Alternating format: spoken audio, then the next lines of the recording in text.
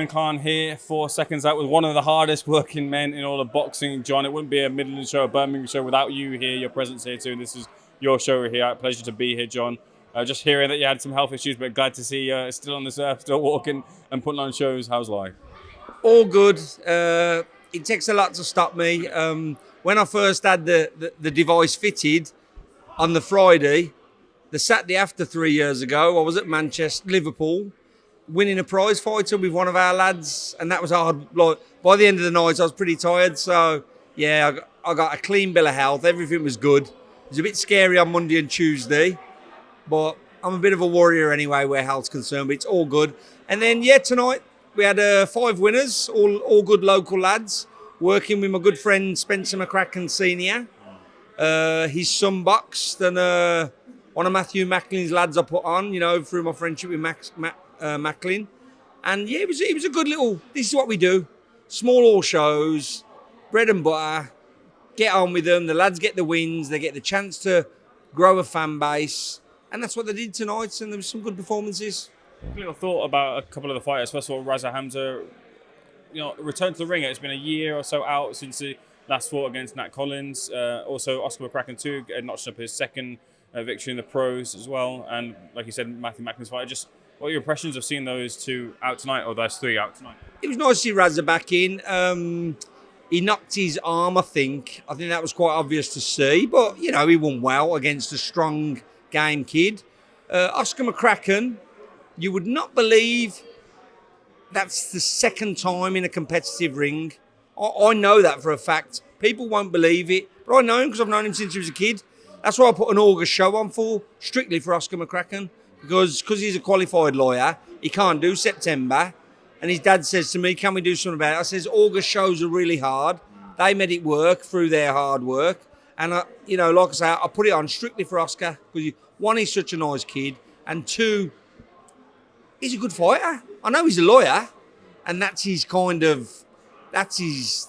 vocation, but he's a good fighter. And tonight, he really showed his learning, he showed his ring intelligence, and he showed a little bit of that McCracken nastiness. He didn't show that in his first fight. He showed nice boxing, he showed smarts, but this one, he showed a little bit of nastiness, and I was impressed.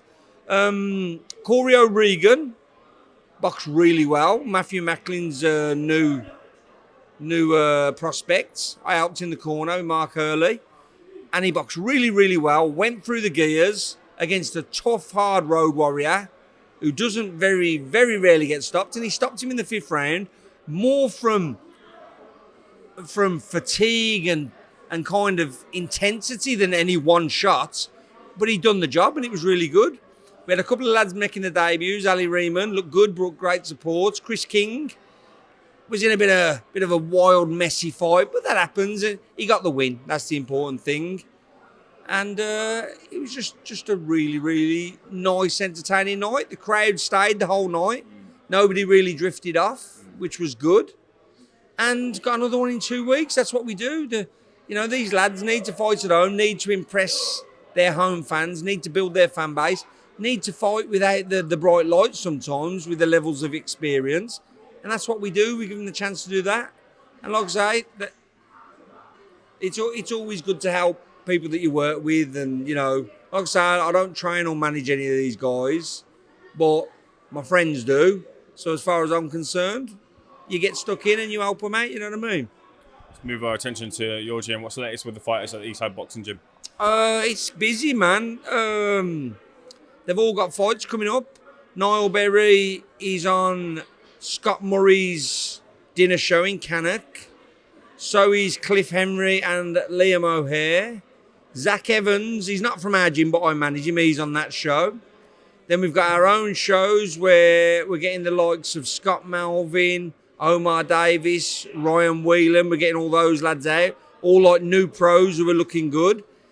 End of September, I got a Coventry show to get all my Coventry prospects out. Minaz Gurung, Callum Singh, sorry. Callum Singh's got a title fight on a Carl Greaves show. Casey Benjamin's not in the gym at the moment. We haven't seen him since his last loss. Well, we've seen him, but we haven't seen him training hard.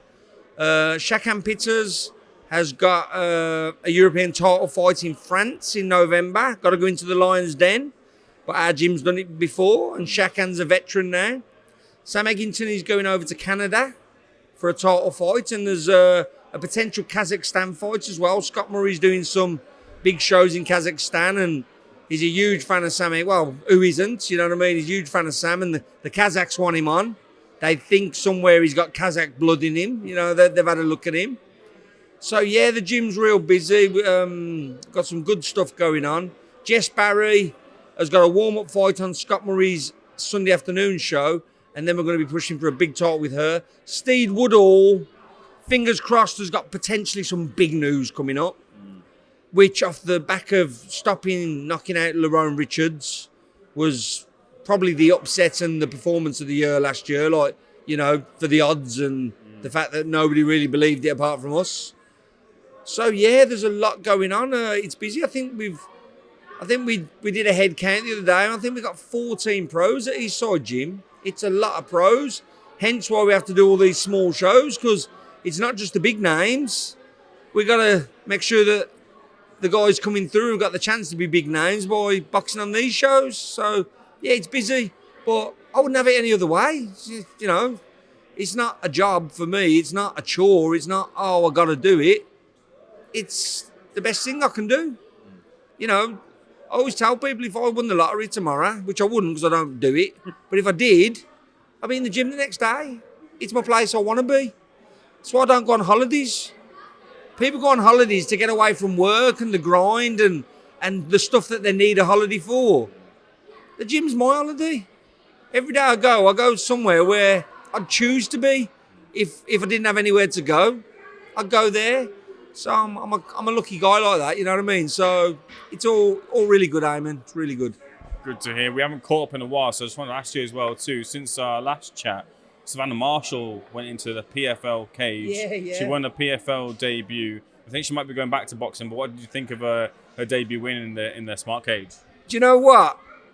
I loved it, man, because I thought to myself, because I know Savannah well, I've worked with her and I know her really well, and I thought, yeah, she's going to banjo someone because she hits tremendously hard. Not just for a female, she hits just tremendously hard. And I thought she'll hit someone and that'll be it. But the girl took her down and I honestly thought, oh, fuck. Because, you know, no matter how much you've been trying it on, it's still, you're a stand-up, you're a striker. And I thought, fuck. And she dealt with it, got up, and I was like, go on. Kind of reminded me a little bit of Chuck Liddell. Right. Remember Chuck Liddell used to get took down and he just like, yeah, I'm standing up. He didn't have like no mad technique, he just used, I'm standing up, you can't stop me, and then I'm going to punch you. And then beat her up a little bit more. Then the girl took her down again, showed how good she was. And Savannah just dealt with it. And I was like, oh man, so she's not just like this girl who can have a fist fight. She's just a warrior. She's just meant for combat, ain't she? You know what I mean? That Savannah's like one of them. You know, if it was the old days, she'd be a samurai or something, man. She'd just be wandering around, challenging people to fights. She's just a warrior. And I was like, okay, I'm impressed. And then she got up. And yeah, she banjoed her. And we knew that once her hands got going, but I was really impressed that she dealt with takedowns and she didn't panic. And I think the girl thought, like, yeah, when I get her down, I'm going to show this world-class striker what it's all about. No, she never. I was impressed. I was really impressed. And I think she'll get better. Because she just got that warrior spirit. Like I say, a few hundred years ago, she'd have been wandering around, 2 swords on her back, chopping people's heads off to earn a crust of bread. That she's just a warrior spirit, man, and that's what Savannah is. And yeah, I admire the way she goes about things. You said in your update as to your roster at the moment and where they are with their careers that Sam Eggington's going to be out over in Canada. There was a conversation to be had after the defeat to Abbas Brewer as to whether he continued. I imagine you had that conversation and clearly he wants to fight on, but yes. What was the decision process there for Sam to continue? Well, we sat down, we had a really good long convo, and he's not unrealistic, but he says, Abbas is a really good fighter. He says, I lost the majority to a really good fighter. He says, I love fighting. He says, I know it's not going to last forever. He says, but would anybody else at 30, after losing a majority to a world number 1 and European champion, be saying, oh, it's time to go? I says, okay. I says, I'll take that on board. I says, but you've got to take what I say on board. And I says, we've got to be super smart and and he will listen to me, but yeah, it's an odd one because Sam's another one. It's warrior spirit. If Sam was born in a different age, he would not stick out. If he was in the 1920s, where guys just turned up and done 15 rounds once a week, Sam wouldn't stick out. Nobody would turn around and go, what's he doing here?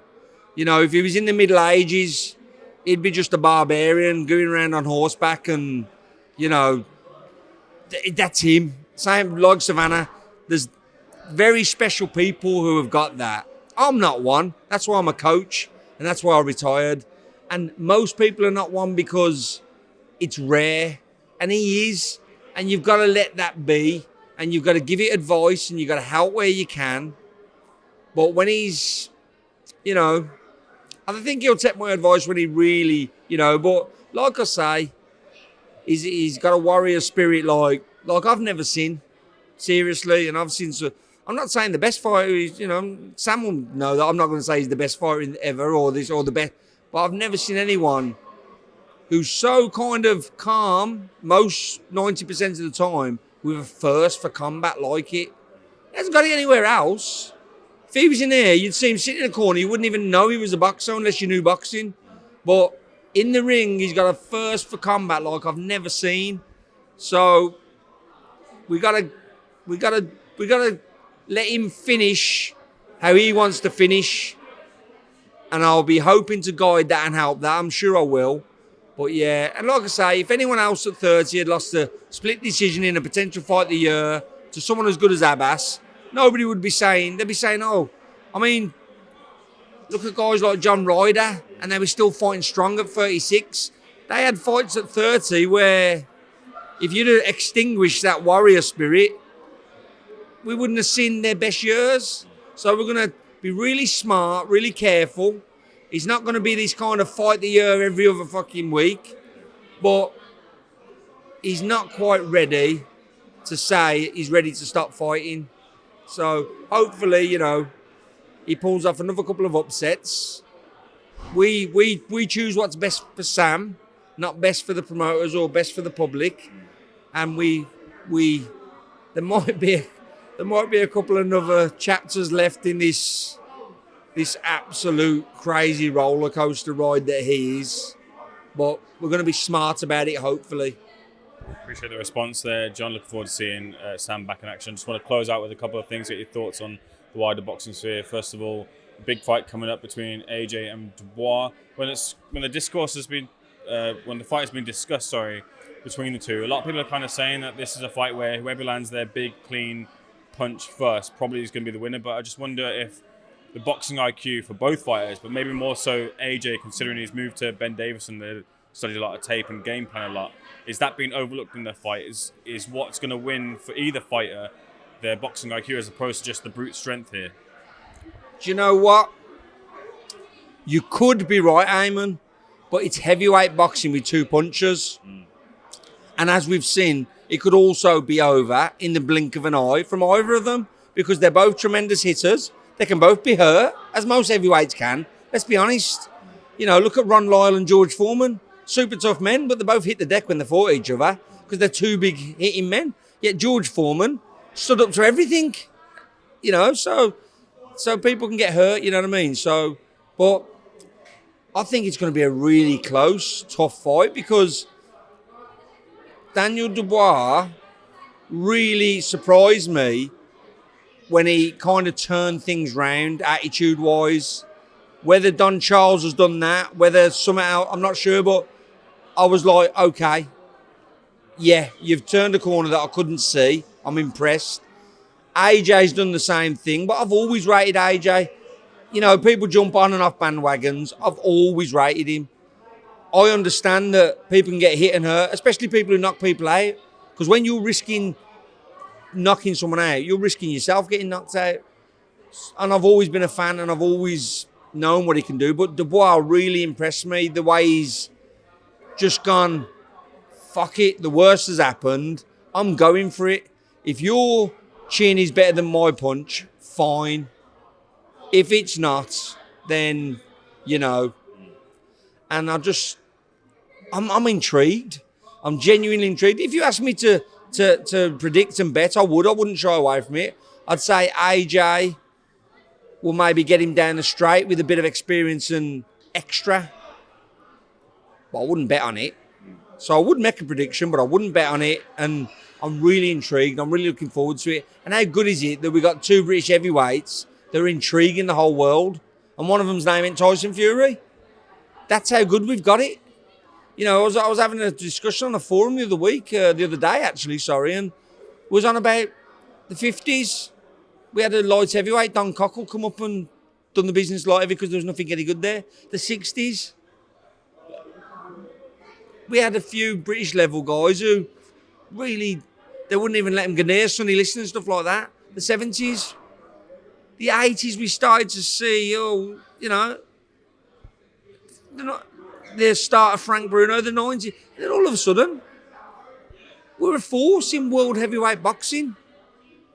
50, 60, 70, 80 years ago, you'd have been laughed at and put into a mental hospital for saying Britain is going to be a force in heavyweight boxing. And we are. We genuinely are. So, see some of the hotel staff moaning and crying about stuff, Jesus. But yeah, so no, it's so nice to see, and the best man wins, and they earn lots of money, and I think AJ, but they both impressed me, and I think it's just exciting. It's exciting to see, but I really liked what Daniel Dubois has shown, that you can turn something around. What people say it can't be turned around. When he pulled himself out, and he's turned it around and gone, actually, in another time, I'm hard as nails and will go through a brick wall. Gives hope to everyone that you have an injury and you pull yourself out. A lot of the time in boxing, that's it. No. I like him. He's a young kid, and I don't know. I just think that fight's going to have some drama, I think there's going to be some serious drama. Let's see. Last thing I want to close out, John, and you're someone who's respected and trusted to lead corners, but also to be a good second head in corners to give advice upon, and really that's a role that you've been respected, and other trainers will trust you to give that advice. I just wonder, with the conversation surrounding the defeat to Tyson Fury, the spotlight has gone on to SugarHill Steward, Andy Lee and Jon Fury as to some of the chaos that happened in the first fight, which led to the defeat of Fury. Yes. In the rematch, we believe that Fury has made the decision to keep that corner. Do you think that's the right course of action? What do you make of that? And do you think that corner can help turn round the defeat into a victory the second time round? Well, if he's kept the corner the way it was, it's a mistake. I think everything got lackadaisy. They forgot what it was like to lose. They forgot what it was like to be pushed. Everyone was having their go. It all got a bit exciting, and it didn't work. It just didn't work. And it did, but Usyk's Usyk. I think we're watching an absolute modern great. And we'll only realise when he's retired, or Usyk's amazing, but I think Tyson's amazing as well. But no, if he keeps it the same, then that's detrimental. If he's kept the corner and put a strict plan in, then I'm sure they've all got their assets. That if a corner's structured right, everyone can do a job and it can work. But no, I don't know, I'm not sure. And Usyk will play on that. I know he's a gentleman, nice and all that, but he's a fighter. He'll know how to push buttons. He'll know how to get things going. So, I think if they keep it exactly the same, it's a mistake. And sometimes they want to prove things and do stuff, but so it's got to be done smartly. So we've got to see. But honestly, if they keep it the same, I don't think it'd be the right thing to do. If they keep it and have strict rules and jobs for everyone, then Tyson's good enough to beat him. I thought he was beating him until it went wrong. About the midway level, I thought he was looking strong and good and ready to go. But Yeah, if they keep it exactly the same, I don't know. Would you just give away a few rounds in a fight? No, you wouldn't, and that could be the difference. John, we'll leave that there. Pleasure speaking to you once again. Looking forward already to our next chat. We'll make sure it's not as infrequent as it has been. But thank you so much for speaking to SecondsOut, sir. Thank you. Sorry for being a little bit distracted. I was been watching a scrap going on over your shoulder, and obviously I'm trying to keep my eyes on it. So if I seemed a little bit distracted, that's what was happening. Okay. No worries, John. Much appreciated. Good man.